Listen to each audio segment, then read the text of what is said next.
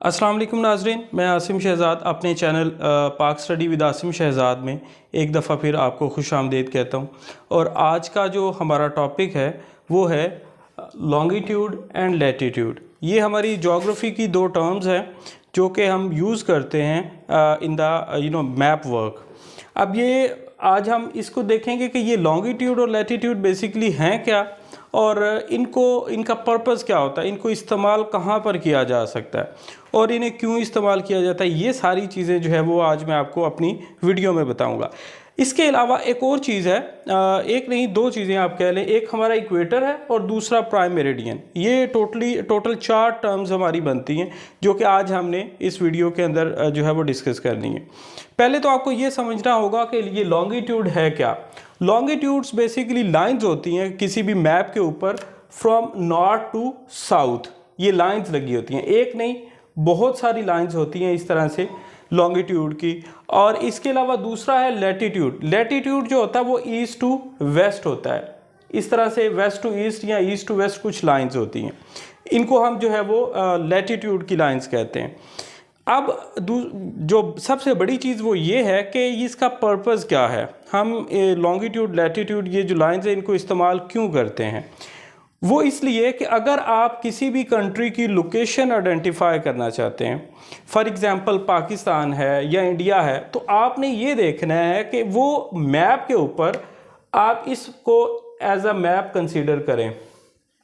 ठीक है जी, ये नॉर्थ है, ये साउथ, ये ईस्ट और ये वेस्ट है। अब आप ये देखना चाहते हैं कि मैप के ऊपर, मैप ऑफ द वर्ल्ड के ऊपर पाकिस्तान एग्जैक्टली किस जगह पर है, तो उसके लिए आपको कुछ एंगल्स मिलेंगे। जैसे फॉर एग्जांपल मैं आपको बताता हूं कि नॉर्थ जो है वो 27 डिग्री है, ये बताएंगे साउथ 21 डिग्री है, ईस्ट इतना है, वेस्ट इतना है। तो ये कुछ एंगल्स होते हैं, उन एंगल से आप उस जगह को एग्जैक्ट जो है वो आइडेंटिफाई कर लेते हैं कि ये कंट्री, ये एरिया, ये जगह एग्जैक्ट किस जगह कहाँ पर वाक़या है। तो आप उन एंगल्स के अकॉर्डिंगली इजीली उसको आइडेंटिफाई कर लेते हैं। ये पर्पस होता है लॉन्गिट्यूड और लैटिट्यूड का। इसको जो है वो स्टूडेंट मोस्टली मिक्सअप कर जाते हैं। जब आप इसकी डेफिनेशन को बच्चे याद करना शुरू करते हैं तो वो क्या करते हैं, वो नॉर्मली क्या करते हैं कि ये ईस्ट टू वेस्ट जो है वो लॉन्गिट्यूड में और नॉर्थ टू साउथ या साउथ टू नॉर्थ जो है वो उसको लैटिट्यूड में ले जाते हैं। तो इसको आप हमेशा जो है वो, अगर आपको ये डायरेक्शन याद रहती हैं नॉर्थ से साउथ, तो अगर आप डायरेक्शन को याद रखेंगे तो फिर आप इसको याद रख सकेंगे कि ये है क्या। इसके अलावा एक जो सबसे बड़ी चीज़ है वो है इक्वेटर। इक्वेटर बेसिकली वो लाइन होती है जो आपकी अर्थ को 2 पार्ट में डिवाइड करती है। जो ये कंप्लीट अर्थ है, ठीक है जी, और ये जो लाइन है दरमियान में, ये इसको 2 हिस्सों में डिवाइड कर देगी। इसको बोलेंगे नदरन हेमिस्फीयर और इसको बोलेंगे सदर्न हेमिस्फीयर। ये 2 हिस्से जो हैं वो इसमें डिवाइड हो जाते हैं। अच्छा, फिर एक और यहाँ पर अगर आप बोर्ड पे देखें तो यहाँ पर मैंने ये एक डायग्राम बनाई हुई है। ये सूरज है, ये अर्थ है।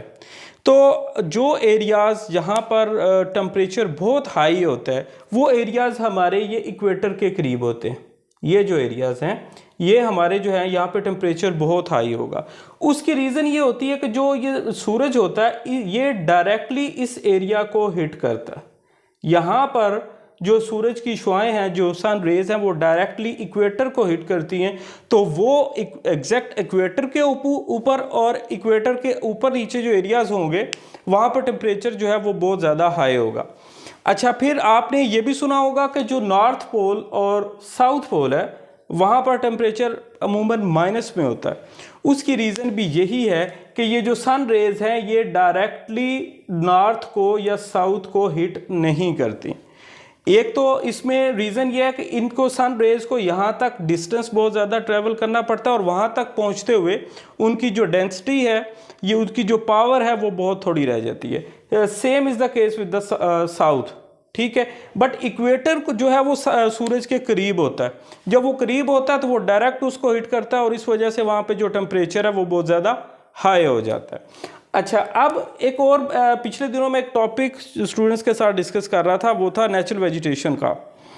उसमें एक क्वेश्चन था कि जो पाकिस्तान है, पाकिस्तान का जो क्लाइमेट है वो बेसिकली हॉट है, लेकिन पाकिस्तान में कॉनिफरस फॉरेस्ट भी होते हैं और पाकिस्तान में टुंड्रा टाइप या कोल्ड डेजर्ट वेजिटेशन भी है। तो इसकी क्या रीज़न है? क्योंकि पाकिस्तान जो है वो अमूमन आप कह लें पाकिस्तान भी इक्वेटर के करीब है, लेकिन यहाँ पर टेम्परेचर इतना हाई होने के बावजूद ये इस तरह की वेजिटेशन पाकिस्तान में कैसे एग्जिस्ट करती है? तो उसकी रीज़न ये है कि पाकिस्तान के अंदर जो माउंटेन्स है, जो हमारी नॉर्दर्न माउंटेन्स हैं, गिलगित बल्तिस्तान का जो एरिया है, वहाँ पर जो हाइट है वो 4000 और 4000 प्लस है। जब हाइट जो आपका क्लाइमेट होता है ये आपका चेंज होता रहता है, वेदर चेंज होता रहता है हाइट के साथ। जैसे ही आप ऊपर हाइट पे जाएंगे तो वो जो टेम्परेचर है वो डिक्रीज़ हो जाता है। इसलिए पाकिस्तान के अंदर जो है वो कॉनिफरस फॉरेस्ट भी है, पाकिस्तान के अंदर कोल्ड डेजर्ट वेजिटेशन भी होती है।